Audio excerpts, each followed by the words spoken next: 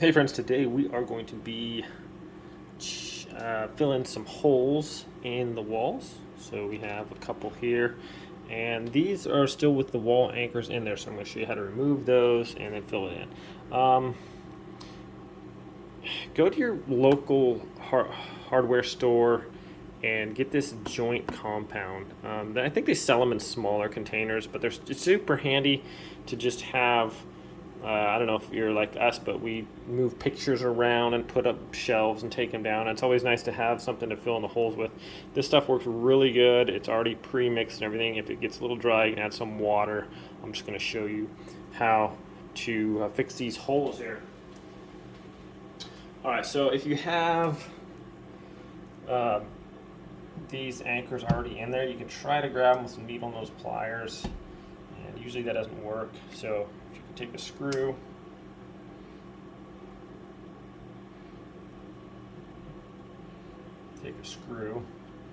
and screw it in there a little bit, and then try to grab that.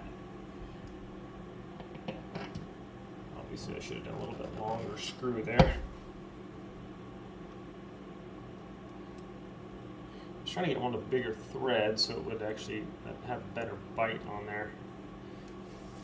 And there we go. Just kind of wiggle it back and forth and pull it out of there.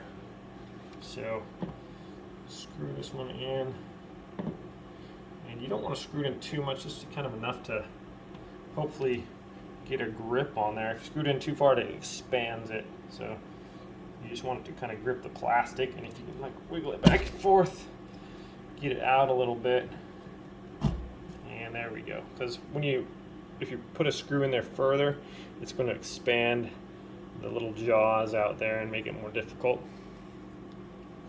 So that's one way to pull those out of there, and I like to just kind of take that extra stuff and kind of push it in there a little bit. All right, let's get our joint compound out. Now this stuff, well, it's kind of drier in there. If it does get kind of dry, like I said, just add a little bit of water and you mix it up with a putty knife or something. I just like to take a chunk and just kind of feed it into the hole there. And you could use a glove if you want to. I just use my hand and just kind of push that in there. And then it's sandable and paintable, but you can texture it or whatever if you want. And then usually I like to take a little wet napkin or something and just wipe off the excess around there. Okay, so that's going to be paintable in about, I don't know, usually I wait 24 hours. I think it dries quicker than that. Usually dries pretty good. The bigger the hole, it might have a little crack in there, but that's okay because you can just take a little bit more and push it in there. So just as easy as that. Just kind of work it in there, and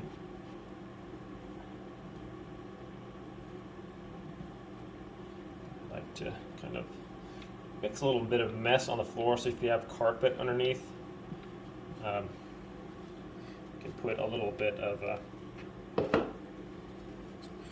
some paper down or something, but pretty much you just wipe it off there, and it's going to dry, and you're just going to have that little tiny spot there. It's super easy to paint, but this stuff's really easy to work with, and the quickest way I find to patch the holes. You'll have a little bit of residue left on your hands. Make sure to go wash that off, and you are good to go. Thanks for watching, guys.